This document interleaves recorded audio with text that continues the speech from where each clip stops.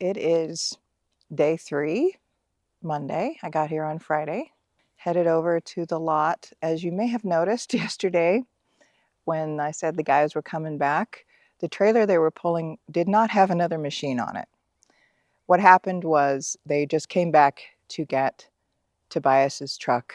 We went to lunch and they worked on machines. So we didn't do any more work on the lot. But I'm heading over there now, and we're going to see how much work we can get done today. Fingers crossed the machines are going to cooperate.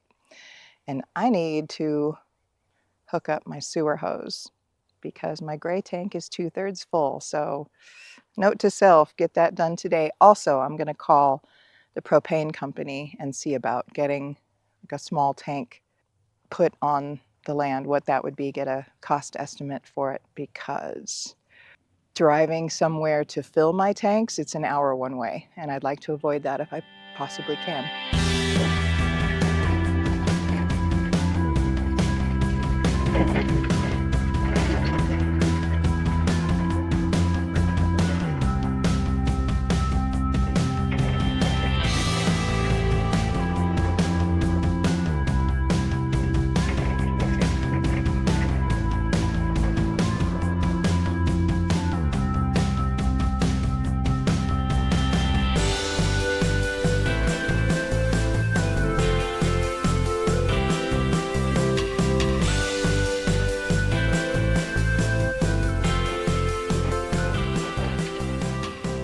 Been busy. Holy cow. Look at that. Look how level that is. That's wild. Thank you. Thank you, Toby. That if you'll turn a couple of them limbs off right there, we can pull that trailer in, and if the park right here, you've got your door come around here. We've got a little room here, and I can make more room here if we need to, but I didn't want to get dug out until we see what we got to do over here. Right. Yeah, that makes sense. Yeah, if a couple of these limbs came down, just so that they're not scraping the side of the trailer. Right. That's what you're thinking? My friend Toby here owns an RV park in Texas, so he knows what he's talking about. When you guys were out playing around before lunch yesterday, I was kind of walking down below what's been cleared, and looking at like the washes and how drainage needs to happen and stuff like that. So it looks like toward the bottom of the property, they all converge along the property line. Go back down. Yeah, like this intersection here is graded so that it comes right through my property. Thanks so much. I don't know if that could be bermed up there and sent down the road.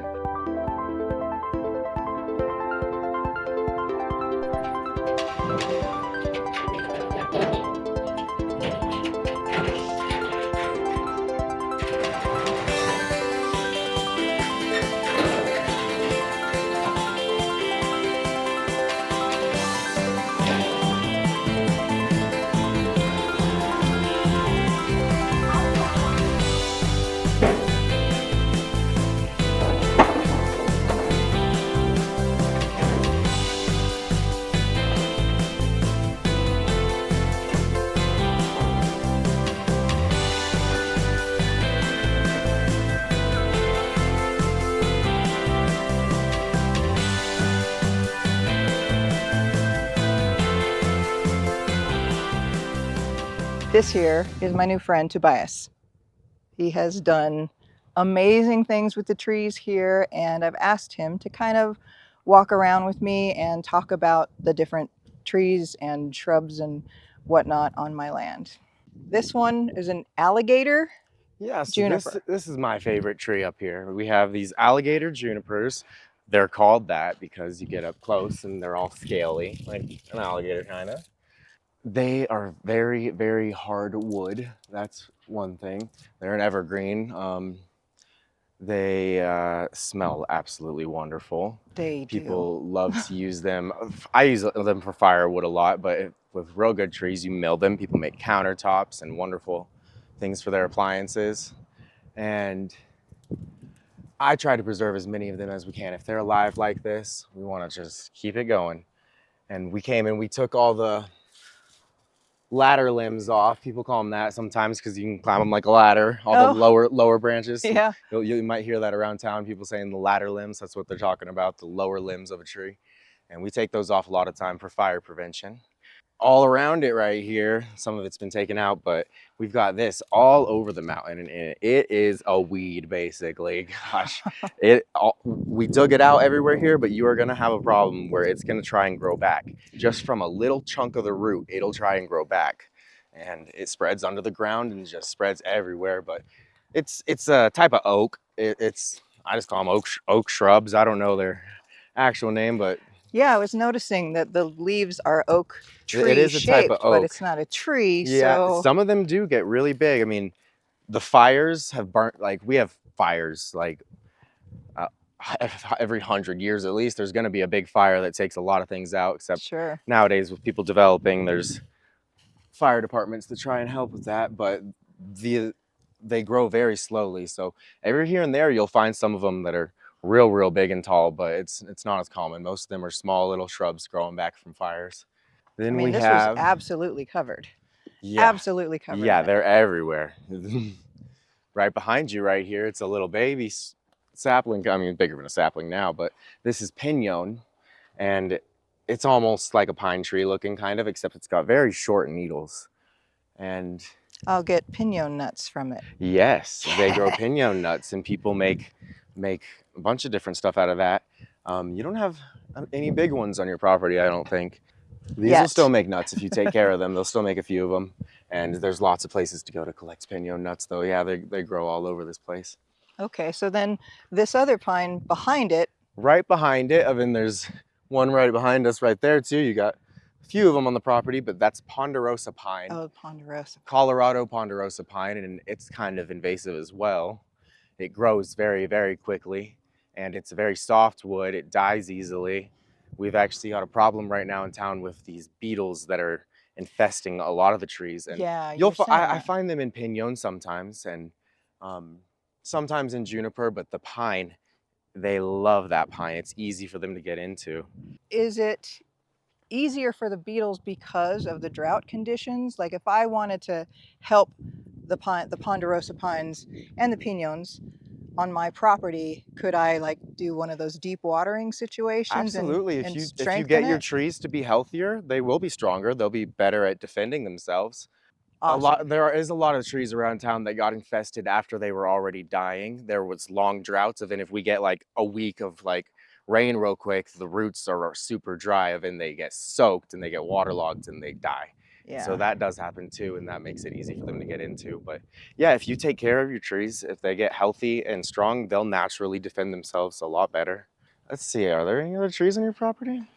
I think that's pretty much Are it. there other species? There's a few other trees up here.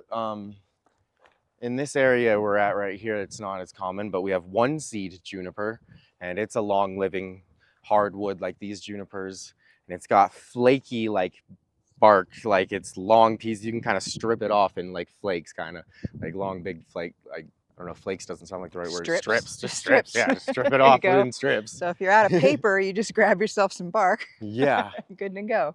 Especially now that they just dug all this oak shrub out of the way, it'll Mm-hmm. be a lot easier. You're gonna have, once it's wet, you're gonna have all sorts of different plants try to grow right here. Just weeds, people would call them, but a lot of them are good herbs.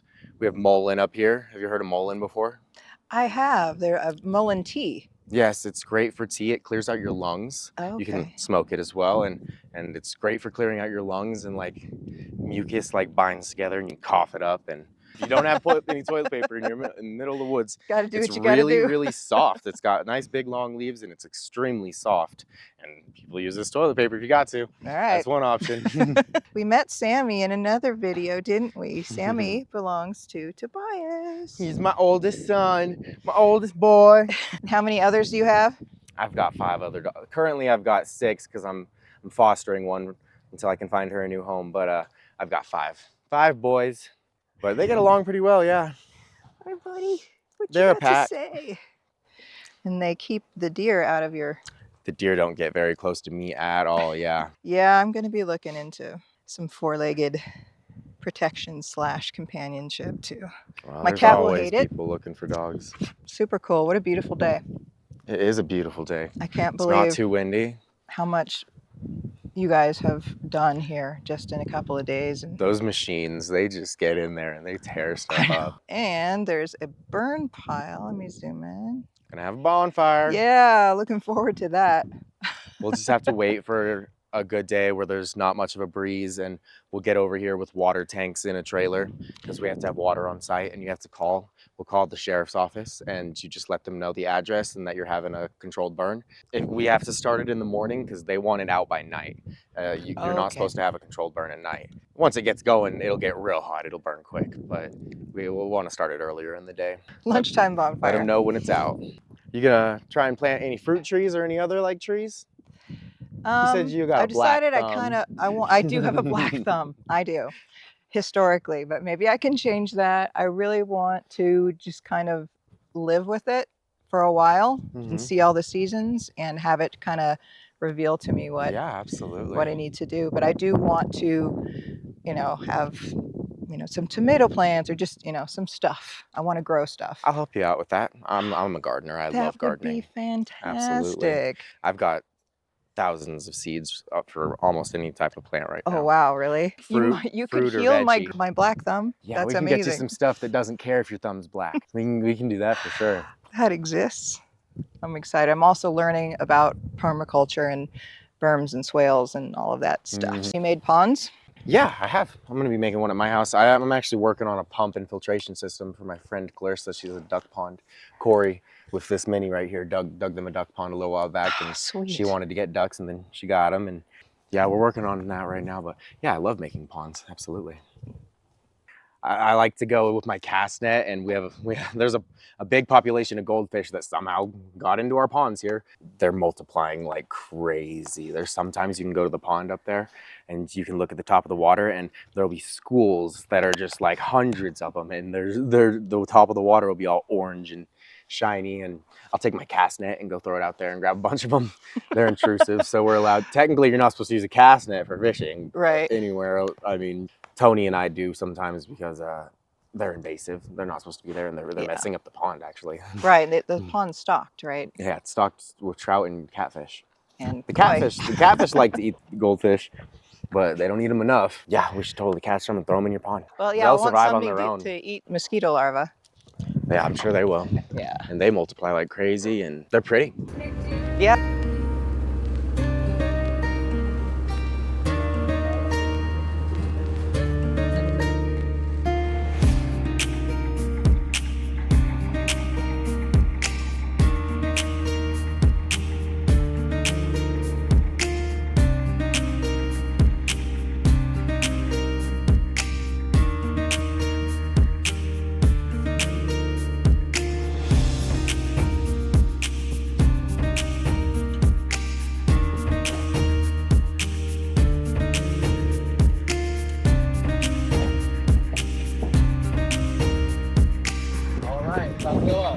There's a flag over here. Does that matter?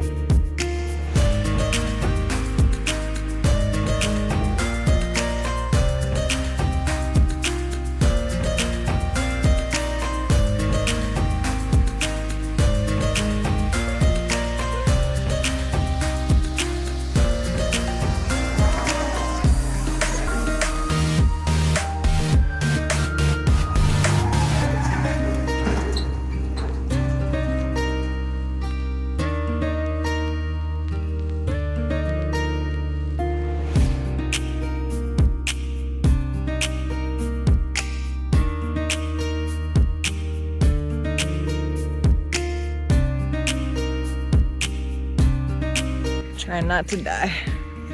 Not gonna die today. Holy crap, that's amazing.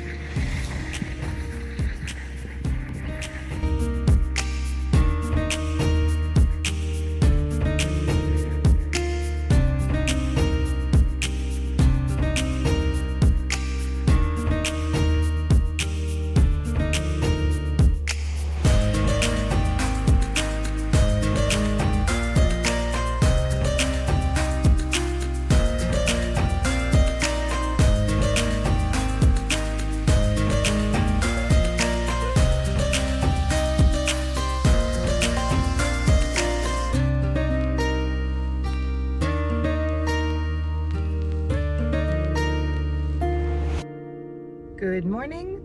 I'm headed down the hill, back down the hill to Alamogordo to get a proper address for my property because getting a propane tank and other services, most of that stuff requires an actual address. So I'm gonna check that one off the list, run a few errands, do some laundry, stop by my storage and get a rug thing so that I can put it outside my camper and hopefully keep the goat heads out, because that's a thing.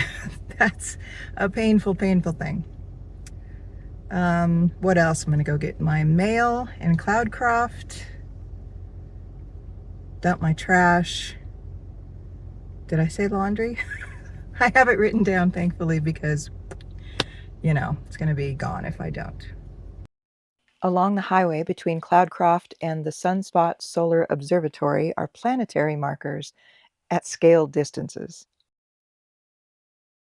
Sadly, the solar observatory is scheduled to be decommissioned, but I thought this sign thing was so clever.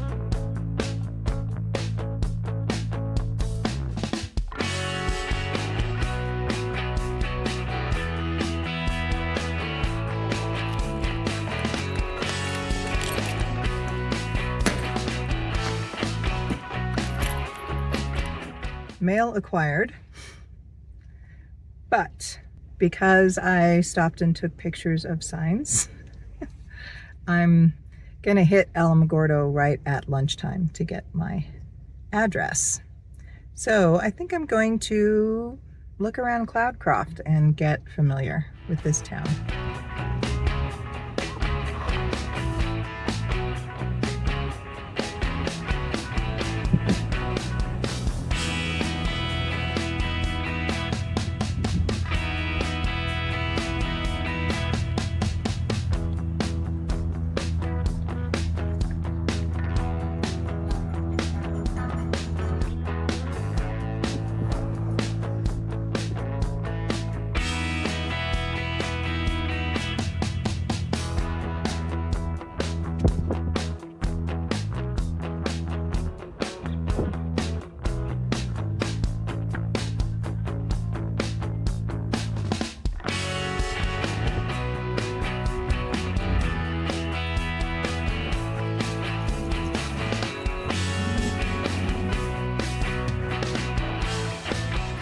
Sandwich was really good.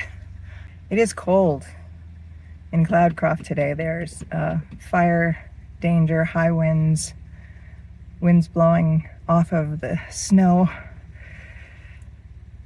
Whew. It is now that my belly tank is full. I'm gonna go down to Alamogordo, fill up my gas tank and a couple of gas cans because gas prices are on the rise so fast. My guess is that's only going to continue. Who knows? Every day is a fresh hell. Of course, I had to pull out on this cool little road that I saw.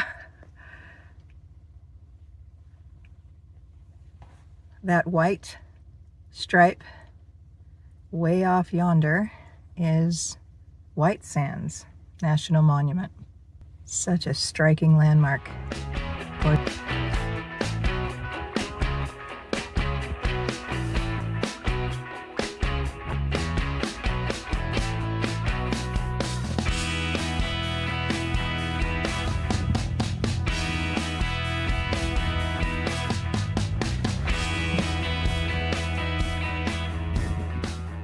Proper address acquired. I'm legit. Last thing on the list is to fill up the tank with gas, and I have a couple of gas cans to fill as well. the gas prices are the same here in Alamogordo versus Cloudcroft. So I'm going to fill up in Cloudcroft. It's a little closer to home. I was hoping to buy a couple of pallets to put on my land and then put the gas cans there and tarp them. But the person on Facebook Marketplace who had the $2 pallets hasn't responded. But I'll be back in a couple of weeks, all gassed up. Just shy of 40 bucks for less than half a tank.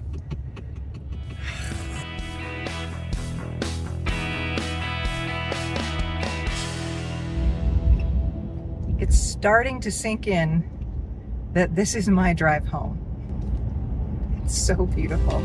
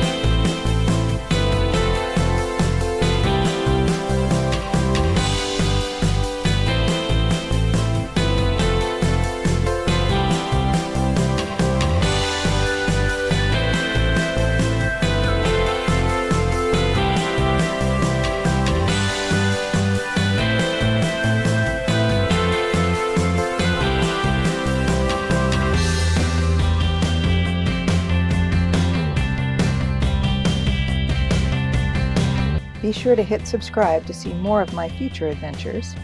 And if you'd like to support my channel, click the join button below or head on over to Patreon. There's a link in the description box below. Thank you so much for watching. I'll see you next week.